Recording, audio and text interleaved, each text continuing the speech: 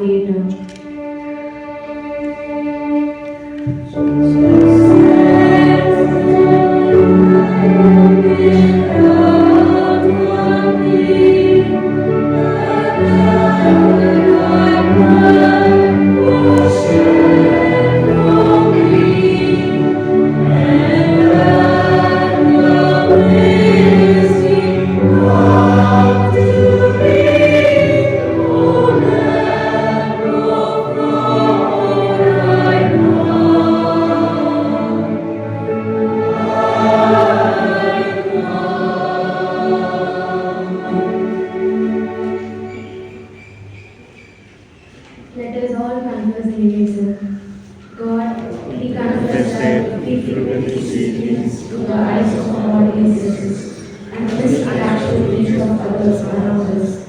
We have forgotten that every person is created in our image, and instead of valuing and appreciating others, we confess that we have often been to judge others. We have overlooked the reality that you have called us to be the agents of peace, unity, and healing. God, Jesus Christ, for being spiritually and socially blind. We have frequently ignored the sufferings of others and failed to recognize the spiritual needs.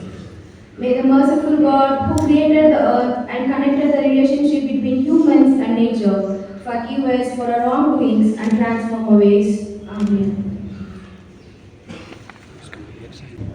The scripture portion for today's meditation is John chapter 9 verses 1 to 12. John chapter 9 verses 1 to 12.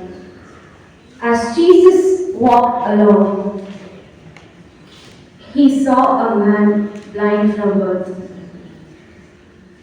His disciples asked him, Rabbi, who sinned, this man or his parents, that he was born blind?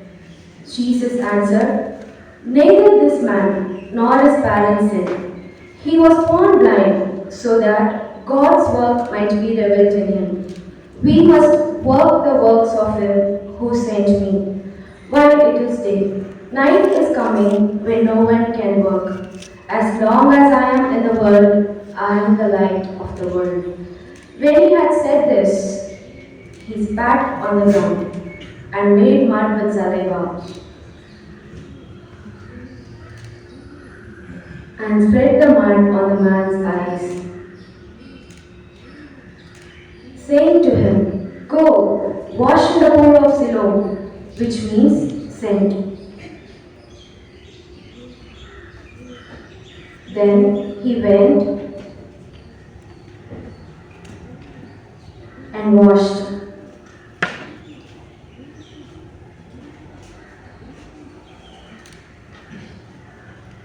And came back able to see.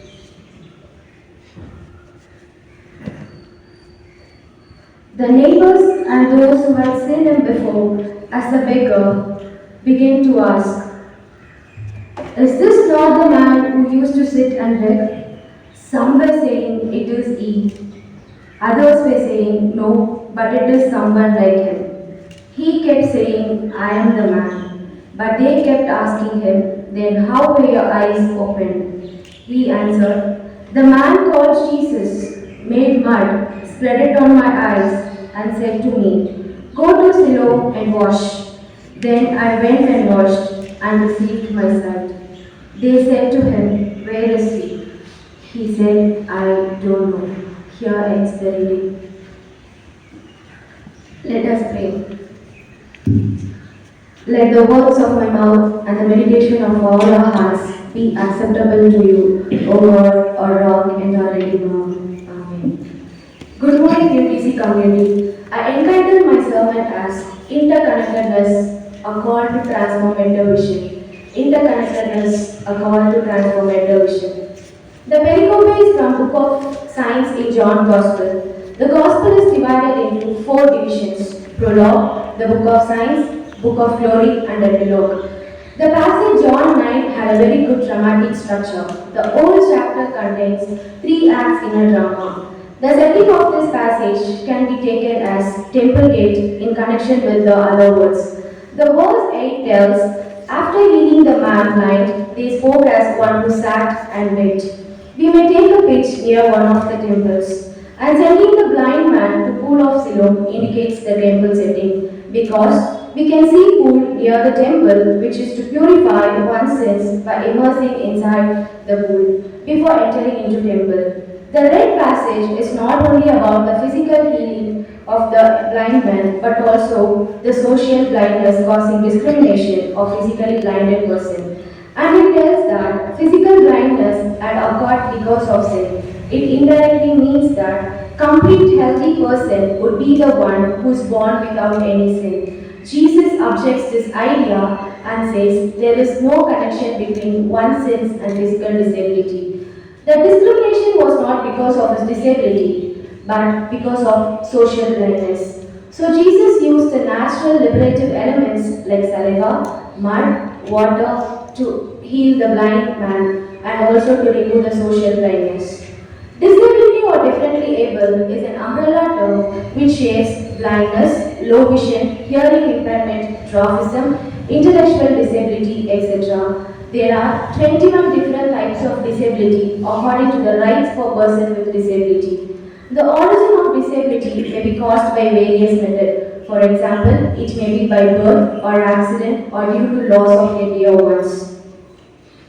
The census according to WHO in year 2021 globally, 15% of the population live with some form of disability, while over 80% of people lives in low and middle income countries. While India is a home to over 1.36 billion residents, over 2.2% of this population endures some form of severe mental or physical disability.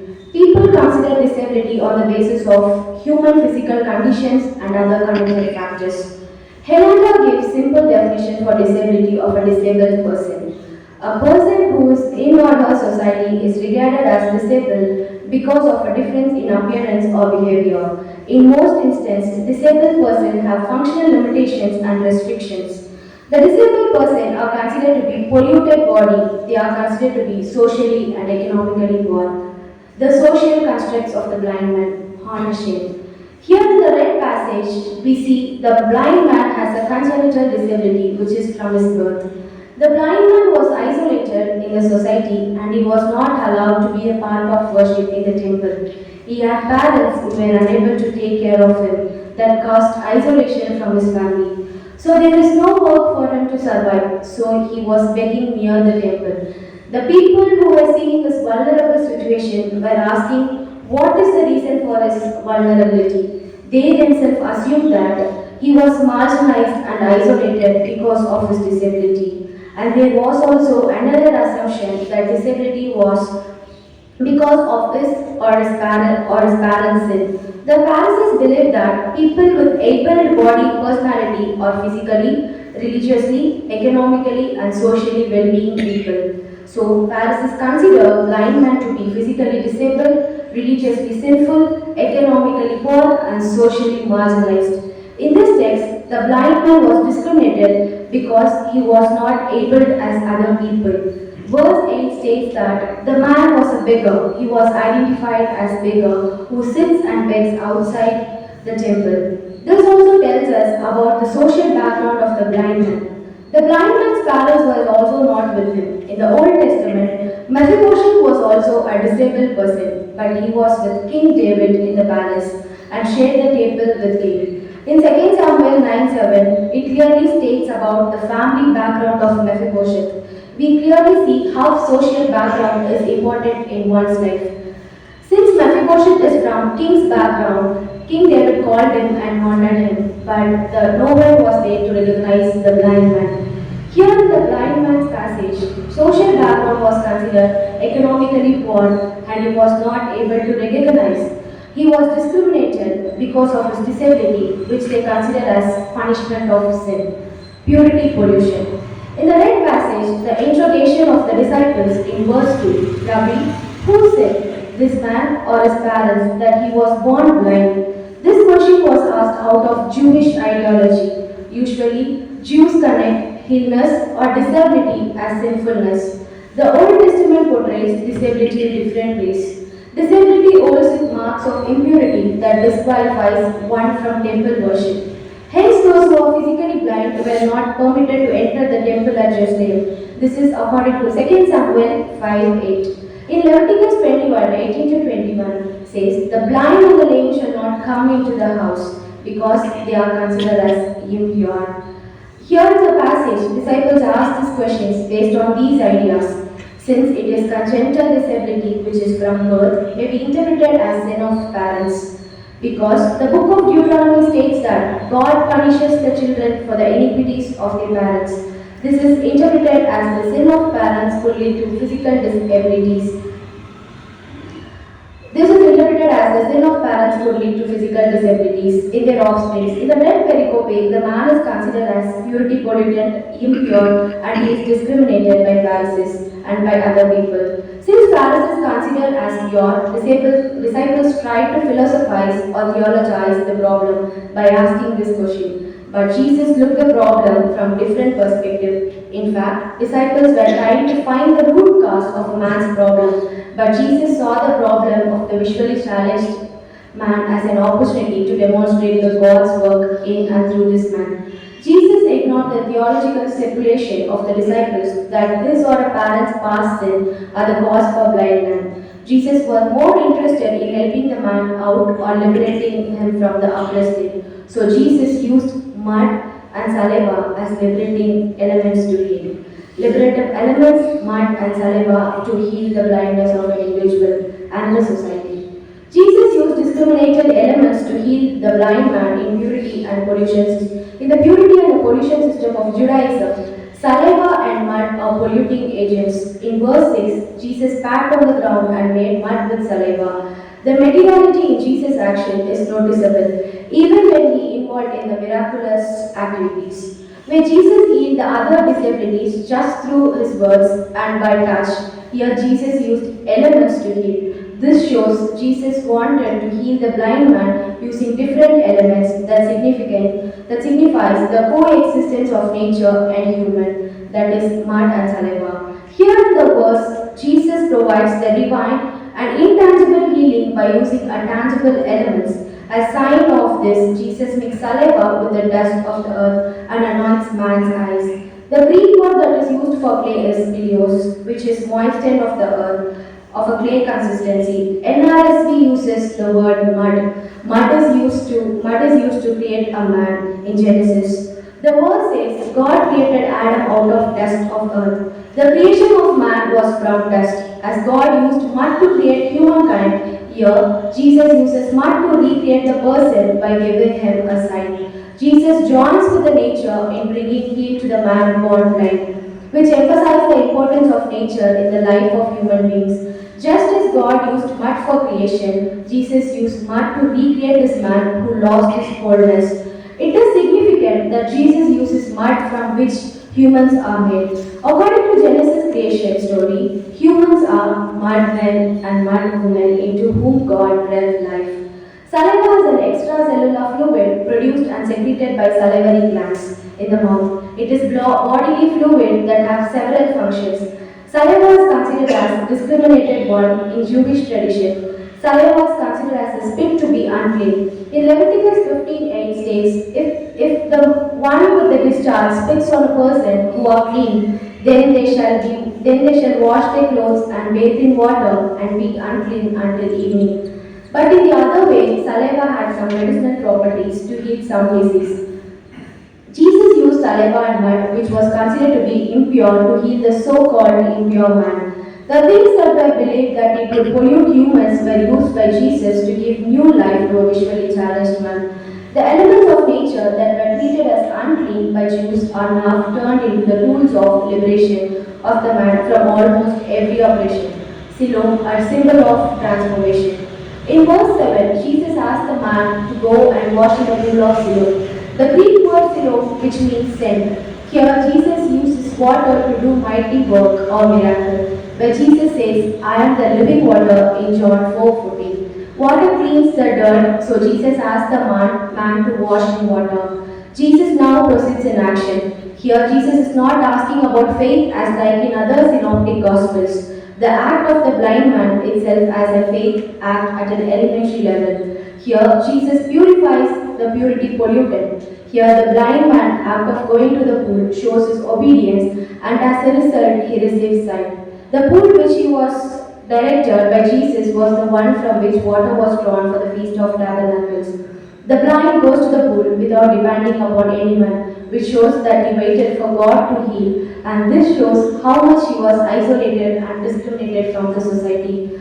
Unlike the similar circumstance of Naaman, the Syrian, which is recorded in 2 Kings 5:10 to 12, here Naaman obeys without hesitation and he was cleansed.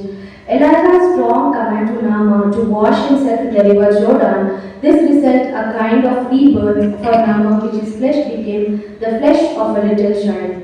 This act of a rebirth is similar here in the passage. Immersing in the pool of Siloam gives a new birth to the blind and purifies his impurity. According to the Jewish context, the practice of Jews immersing in the pool before entering the temple is to purify themselves. Jesus uses the same water as an element to purify the so-called purity pollutant. Jesus here uses the discriminated elements like mud and saliva to liberate the person, both from physical and emotional suffering. The liberative act of Jesus had also brought human dignity. The idea of the people has totally changed, and he was recognized as disciple and an evangelist as the one who proclaimed work of God. A person who was known as a beggar has been transformed into an evangelist. We can apply the principle of interconnectedness, which is one of the eco-justice principle methods, which mean the earth and the community are interconnected creation that are mutually dependent upon each other for the life and the survival. All the living components of the creation are interconnected in this passage that suggests an interconnection between the natural and the spiritual. The natural elements like mud, saliva, spittle, and the spiritual elements like Jesus' word and the blessings are used in this healing process. I would like to remind you all about the Fatal Jamal Wali case in which a visually challenged girl being sexually abused. In April 2021, there was a case against a person for sexually abusing a visually challenged girl who was the sister of his friend. Supreme Court has imprisoned for lifetime. The bench said that physically disabled people are more vulnerable to the assaults. In an article published by WHO on 27 March 2024, it is said that women with disabilities are more vulnerable to the sexual assaults. The Church of South India has a movement called Disha under CSA Seva, which deals with the reformation of church in terms of inclusivity that physically challenged people. The main idea of Disha is to create open space for all the people, especially for the disabled. But the irony is, we would see lot of physically challenged people begging in front of our churches. Are we just preaching? Are we really trying to bring them in? I leave this question to you, dear fellow Christians. I would prefer to bring them in rather than preaching about their disability and our inclusivity. The healing of the blind man is not only healing of the physical blindness but also spiritual blindness. The partnership of nature and human brings about a physical healing and social healing. In the purity map of Judaism, the beggars and the disabled are considered to be unclean, but Jesus touches the so-called unclean things and the person to make whole. As the theologians, we need to have the prophetic imagination of empathizing the problem with action as Jesus. To conclude, the neighbors and the Pharisees had understood the healing in a different way. The healing of the blind man was not only restored his physical sight, but also it has restored the human dignity of a person. Here, disability does not simply mean a person's physical disability, but also it means the world's inability to make a man wholesome.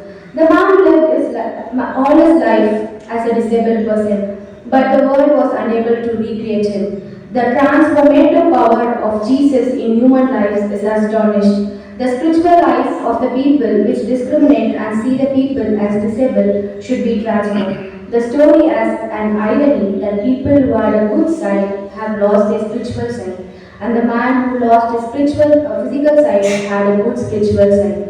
May God heal our spiritual blindness and transform our lives. Amen.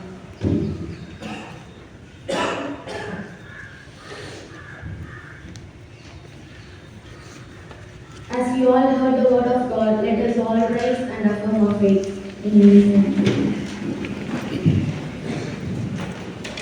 I believe in God, the creator of all things, who made heaven and earth, made everyone from the dust of the earth, and gave life to us. And Jesus Christ, our only Son, who was conceived by the Holy Spirit, born of the Virgin Mary, who lived the blindness of Christ before that, who is the light of the world, who is nothing as nothing in the sound of the also of God for our three.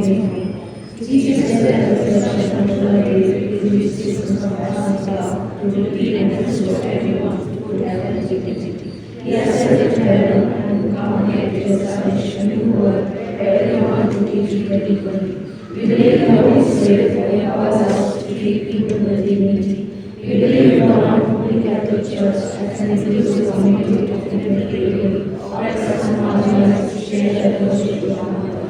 We believe in the communion of saints, forgiveness of sins, the fellowship of body and the love of life. Thank you, be seated. Let us intercede with God in prayer. Let us all pray for the people who lost their sight by birth or by accident. Let us ask God's healing touch on them and let them find support and respect in community. And also, we pray for the caregivers who are their eyes. Let us all pray for the people who are suffering with various disabilities, also for the ones who lost their dignity among the community members. God of healing, grant your strength to overcome their weakness. Let us all pray for the people in the society who are holding on to negative opinions about the disability. God, we ask you to take the darkness from them and let the spiritual eyes be opened to change their attitude towards the disabled people. Let us all pray for our church, organizations and NGOs which are working and supporting the differently able. Let God give them strength and continue their service towards them. Let us all pray for the safety of all children, men and women, and also for all the victims who had lost their lives in the rape and murder cases, and especially for the Dr. Maunika Devnath's family who lost their daughter in rape murder case. Let us ask God to grant justice and peace to them. Let us all pray for the UPC community and for our personal needs. God, in your mercy, let us all rise for the closing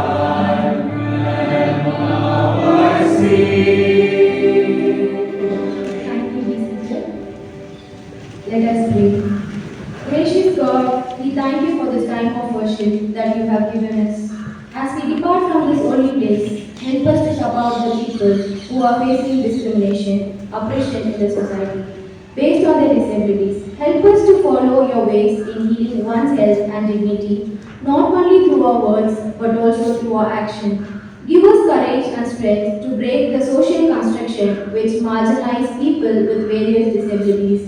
We thank you for opening our spiritual eyes through this service. Help us to bring transformation in our lives by creating a better society. Help us to realize that the physical disabilities have nothing to do with one's personality and help us to treat them with all due respect. We ask all this in the name of our God, Christ Jesus. Amen. Let us receive the benediction. The blessings of God Almighty, Creator, the Redeemer Jesus Christ, and the Sanctifier of the Holy Spirit be with us all, now and forevermore. Amen. Thank you all. Have a blessed week. Amen.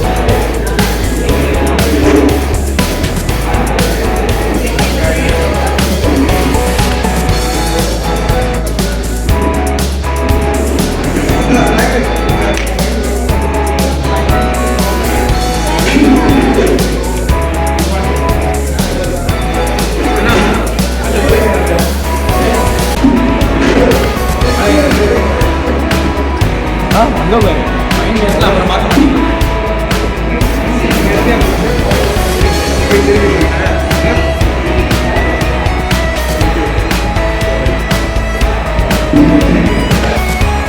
should have taken mine.